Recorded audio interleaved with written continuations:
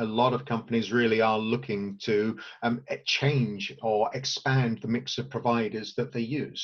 Essentially, there are three sets of things that customers are looking for, every time. Of course, there are the technical requirements. People want the service to do what they need them to do, right? Mm-hmm. And this is actually interesting because more and more people are realizing that they don't necessarily need extra stuff, right? So the extra perks are not necessarily valued, and so they really want the service to do what they are using it for, right? So that's the first thing. The second one is, simplicity. Understand what they are consuming, and the price is actually simple, and the pricing model is actually simple and correspond to what they are consuming.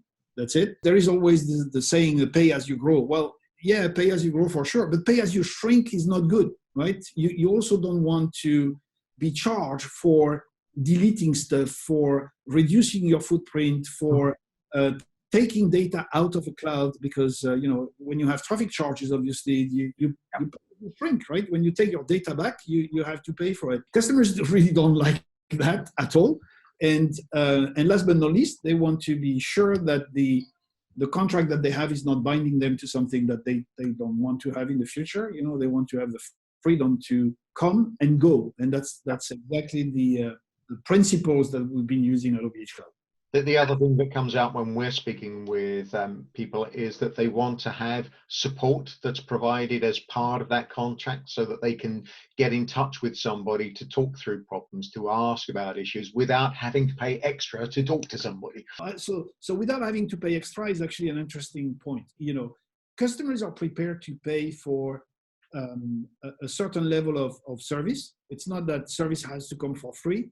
So, for example, they are ready to pay if they know that they're going to have an expert, or if they know that they are going to have somebody that is going to know their infrastructure, so that the person on the support doesn't have to start all the way to asking basic questions.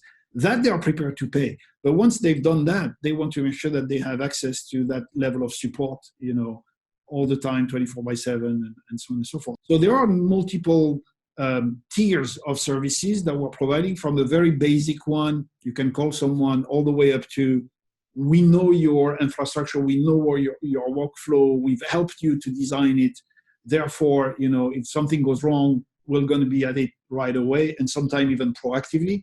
So there is a kind of a full range of services. We have 4 levels in our service portfolio, and some also want to have a certain level of granularity within that. But then those services need to be, simple to understand, meet the demand, and off you go, right? And not outrageously expensive, obviously. So, it's okay to pay a bit more, but it's not okay that the service is actually taking the lion's share of the bill. Otherwise, why would you go to cloud, right? The whole principle of cloud is that those services are supposed to be consumable on the shelf, and as a consequence, this is not a consulting service that you take, right? You're buying service in the cloud because you're supposed to be able to consume those services as they are. You may need a little bit of extra help, to the extent of what we've seen in the past.